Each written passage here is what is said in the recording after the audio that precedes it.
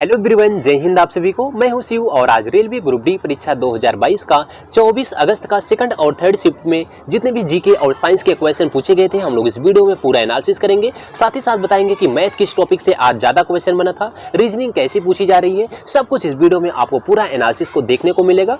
आपको बता दें कि अगर आपका एग्जाम अभी तक नहीं हुआ है, आने वाले अगले शिफ्टों में है, तो फ्रेंड्स आप लोग इस जीके और साइंस के सभी क्वेश्चन को जरूर पढ़ना, क्योंकि फ्रेंड्स इस टाइप के क्वेश्चन आगे के शिफ्टों में पूछे जाएंगे।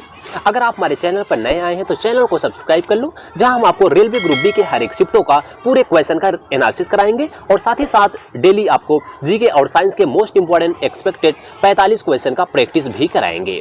तो फ्रेंड्स बिना देरी के स्टार्ट करेंगे आज के सेकंड और थर्ड शिफ्ट में पूछे गए पहले क्वेश्चन से। तो फ्रेंड्स सबसे पहले हम लोग सेकंड शिफ्ट के पूछे गए सभी क्वेश्चन को पढ़ेंगे, उसके बाद थर्ड शिफ्ट के पूछे गए सभी क्वेश्चन को पढ़ने वाले हैं। तो फ्रेंड्स ये सभी क्वेश्चन सेकंड शिफ्ट में आए थे कि तमिलनाडु में पोंगल त्योहार के समय कौन सा नृत्य किया जाता है। तो फ्रेंड्स आपको बता दें, तमिलनाडु में पोंगल त्योहार के समय कुम्मी नृत्य किया जाता है, तो इसका आंसर कुम्मी नृत्य बिल्कुल सही था। तो फ्रेंड्स देखिए, नृत्य से भी आपके शिफ्ट में क्वेश्चन बन रहे हैं, आगे भी नृत्य से क्वेश्चन पूछा जाएगा।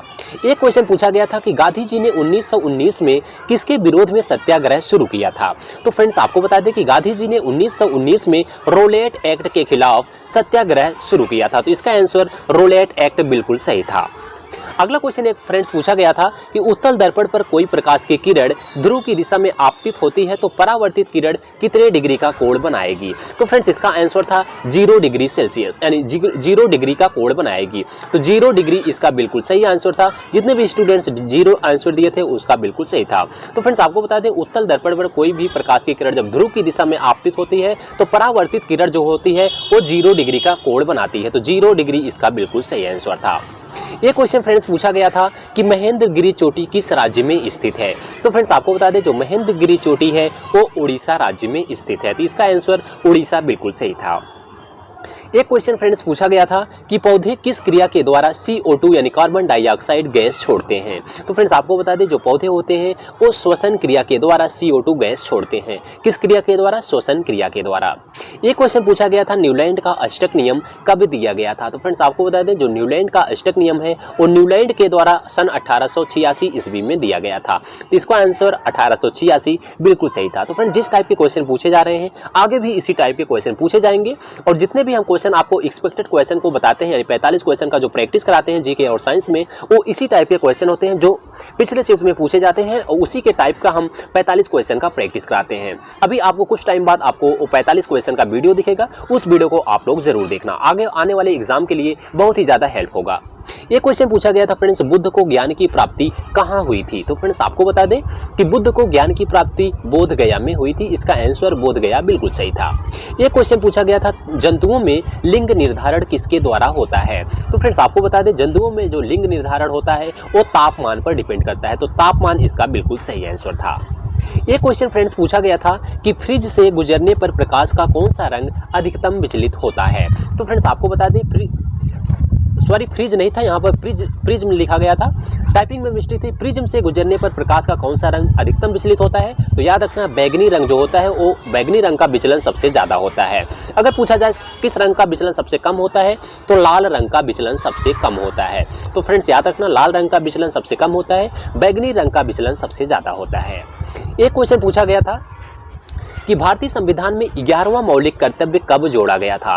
तो फ्रेंड्स आपको बता दें, भारतीय संविधान में जो 11वां मौलिक कर्तव्य है वो सन 2002 में जोड़ा गया था, तो इसका आंसर सन 2002 बिल्कुल सही था। एक क्वेश्चन फ्रेंड्स पूछा गया था कि खेलो इंडिया यूथ गेम्स के चौथे संस्करण में कौन सा राज्य शीर्ष पर रहा है। तो फ्रेंड्स आपको बता दें, खेलो इंडिया यूथ गेम्स के चौथे संस्करण में हरियाणा राज्य शीर्ष स्थान पर रहा है, इसका आंसर हरियाणा बिल्कुल सही था। एक क्वेश्चन फ्रेंड्स पूछा गया था शीतकालीन ओलंपिक 2022 में कौन सा खिलाड़ी 45वें स्थान पर रहा है। तो फ्रेंड्स आपको बता दें, शीतकालीन ओलंपिक जो 2022 हुआ था उसमें 45वें स्थान पर आरिफ खान रहे थे। कौन था? आरिफ खान 45वें नंबर पर थे। तो फ्रेंड्स एक क्वेश्चन और पूछा गया था कि जिप्सम को कितना डिग्री सेल्सियस पर गर्म करने पर प्लास्टर ऑफ पेरिस बनता है।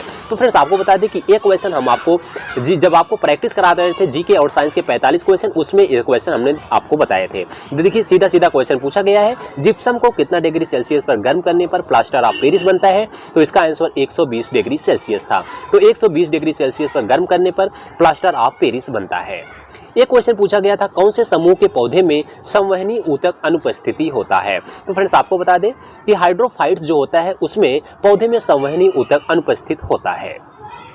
तो फ्रेंड्स अगला क्वेश्चन पूछा गया था कि भारत में पहली बार विमुद्रीकरण कब किया गया था। तो फ्रेंड्स अच्छा क्वेश्चन है। भारत में पहली बार विमुद्रीकरण सन 1978 ईस्वी में मोरारजी देसाई के द्वारा किया गया था। तो इसका आंसर 1978 बिल्कुल सही था। अगर पूछा जाए किसके द्वारा किया गया था तो मोरारजी देसाई याद रखिएगा। एक क्वेश्चन पूछा गया था वित्त मंत्रालय ने 1 फरवरी को बजट पेश करने की शुरुआत कब की थी। तो फ्रेंड्स आपको बता दें कि वित्त मंत्रालय ने 1 फरवरी को जो बजट पेश किया जाता है उसकी शुरुआत कब की थी तो सन 2017 में की थी। तो इसका आंसर 2017 बिल्कुल सही था। अगला क्वेश्चन पूछा गया था फ्रेंड्स, ये सभी क्वेश्चन सेकंड शिफ्ट में पूछे गए थे। इसके बाद अब हम लोग थर्ड शिफ्ट के क्वेश्चन को पढ़ते हैं। अब इसके आगे थर्ड शिफ्ट के क्वेश्चन पूछे गए थे। फ्रेंड्स थर्ड शिफ्ट में क्वेश्चन पूछा गया था कि ऊर्जा का उपयोग करते हुए माइटोकॉन्ड्रिया में ऊर्जा का ऑक्सीकरण किसमें होता है। तो फ्रेंड्स आपको बता दें कि इसका आंसर क्लियर नहीं था। आप लोग कमेंट करके बताइएगा कि इसका आंसर कौन सा सही था। एक क्वेश्चन फ्रेंड्स पूछा गया था स्वतंत्रता के बाद पहले वित्त आयोग की स्थापना कब हुई थी। तो फ्रेंड्स आपको बता दें कि स्वतंत्रता के बाद पहले वित्त आयोग की स्थापना 22 नवंबर 1951 को हुई थी। तो पहली वित्त आयोग की स्थापना 22 नवंबर 1951 बिल्कुल सही था। क्वेश्चन फ्रेंड्स पूछा गया था कि ऐसे कितने प्रधानमंत्री हैं जो अपने राज्य के मुख्यमंत्री रह चुके हैं। तो फ्रेंड्स आपको बता दें कि ऐसे 6 प्रधानमंत्री हैं जो अपने राज्य के मुख्यमंत्री भी रह चुके हैं। वो 6 प्रधानमंत्री कौन कौन से हैं हम आपको बता देते हैं कि मोरारजी देसाई हैं, चौधरी चरण सिंह हैं, विश्वनाथ प्रताप सिंह हैं, पीवी नरसिम्हा हैं और हरदीप हल्ली देवगौड़ा हैं और नरेंद्र मोदी हैं। ये 6 प्रधानमंत्री हैं जो अपने राज्य के मुख्यमंत्री भी रह चुके हैं। इसका आंसर 6 बिल्कुल सही था। एक क्वेश्चन फ्रेंड्स पूछा गया था कि भारत का पहला इकोनॉमिक सर्वे कब पेश किया गया था। तो फ्रेंड्स आपको बता दें कि भारत का जो पहला इकोनॉमिक सर्वे हुआ था वो 1950 से 1951 में पेश किया गया था। एक क्वेश्चन फ्रेंड्स पूछा गया था कि अमेरिका देश से कौन सा अधिकार लिया गया है। तो फ्रेंड्स आपको बता दें अमेरिका देश से जो है वो मौलिक कर्तव्य को लिया गया है। तो इसका आंसर मौलिक कर्तव्य बिल्कुल सही था। तो अमेरिका देश से कौन सा अधिकार लिया गया था तो मौलिक अधिकार लिया गया था। तो यानी आपको पता है कि मौलिक अधिकार किस देश से लिया गया है, अमेरिका देश से लिया गया है। एक क्वेश्चन फ्रेंड्स पूछा गया था कि पहली पंचवर्षीय योजना कब पेश की गई है। तो फ्रेंड्स आपको बता दें जो पहली पंचवर्षीय योजना थी सन 1951 में पेश की गई थी। तो इसका आंसर 1951 बिल्कुल सही था। एक क्वेश्चन फ्रेंड्स ओम के नियम पर न्यूमेरिकल आया था V = I × R से। तो फ्रेंड्स आपको पता है कि हर एक शिफ्ट में ओम के नियम से न्यूमेरिकल आ रहा है, आप लोग पढ़ के जाना। तो फ्रेंड्स ये सभी क्वेश्चन जीके और साइंस के आज पूछे गए थे सेकंड और थर्ड शिफ्ट में। इसी तरह से अगर आप हर एक शिफ्ट का पूरा रियल क्वेश्चन का एनालिसिस करना चाहते हैं तो हमारे चैनल को सब्सक्राइब करो, जहां हम आपको हर एक शिफ्ट के रियल क्वेश्चन का एनालिसिस कराएंगे। तो फ्रेंड्स आइए हम बता देते हैं आपको मैथ सब्जेक्ट में यानी किस टॉपिक से आज ज़्यादा क्वेश्चन बने थे। तो फ्रेंड्स आपको बता दें SI CI से आप लोग ज़्यादा से ज़्यादा क्वेश्चन को पढ़िए। SI CI से हर एक शिफ्ट में 1-2 क्वेश्चन जरूर पूछे जा रहे हैं।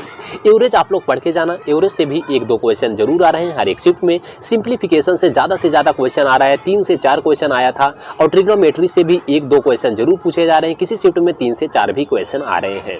तो फ्रेंड्स मेंसुरेशन से भी आप लोग पढ़ के जाना, मेंसुरेशन से कम 3 क्वेश्चन पूछा जा रहा है। टाइम एंड वर्क से भी 2 क्वेश्चन पूछा जा रहा है। परसेंटेज से भी क्वेश्चन 1 से 2 क्वेश्चन परसेंटेज के भी आ रहे हैं। समुच्चय से भी आज क्वेश्चन पूछा गया था, 2-3 क्वेश्चन समुच्चय से भी आ रहे हैं।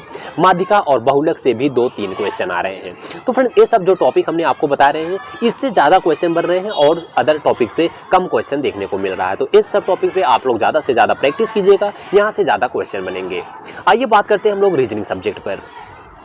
तो फ्रेंड्स रीजनिंग सब्जेक्ट की अगर बात करें तो रीजनिंग सब्जेक्ट में आप लोग नंबर सीरीज के क्वेश्चन ज़्यादा से ज़्यादा पढ़िएगा। यहाँ से 3 से 4 क्वेश्चन पूछे जा रहे हैं नंबर सीरीज से। कोडिंग डिकोडिंग से प्रैक्टिस करके जाना, कोडिंग डिकोडिंग से भी कम 2 से 3 क्वेश्चन जरूर आ रहे हैं। सीटिंग अरेंजमेंट बहुत ही अच्छा टॉपिक है friends. Second shift first shift की बात करें तो वहाँ से 5 से 6 क्वेश्चन पूछे गए थे और अदर भी शिफ्ट में भी क्वेश्चन इससे बनता है।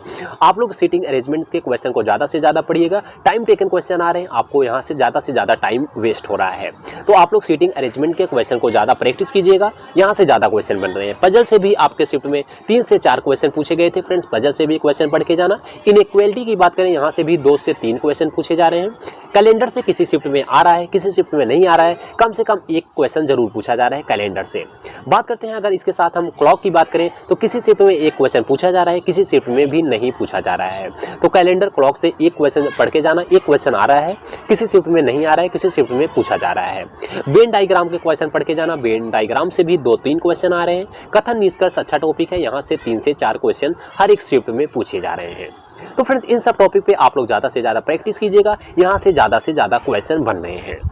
तो फ्रेंड्स मैं उम्मीद करता हूँ वीडियो आपको पसंद आया होगा, और वीडियो आपको अगर पसंद आया तो वीडियो को लाइक करना, दोस्तों में शेयर करना, और इसी तरह से रेलवे ग्रुप डी के हर एक शिफ्टों का रियल क्वेश्चन का एनालिसिस करने के लिए हमारे चैनल को सब्सक्राइब कीजिएगा। साथ ही साथ हम आपको जीके और साइंस के मोस्ट इंपॉर्टेंट 45 क्वेश्चन का प्रैक्टिस कराएंगे अभी कुछ टाइम बाद, जहां से आपको आने वाले एग्जाम के लिए आपको बहुत ही ज़्यादा हेल्प होगा। जिन भी स्टूडेंट्स का अभी एग्जाम नहीं हुआ है, आने वाले अगले दिनों में है, तो वो लोग डेली 45 क्वेश्चन को जरूर पढ़िएगा। इससे रिलेटेड क्वेश्चन आगे के शिफ्टों में पूछा जाता है।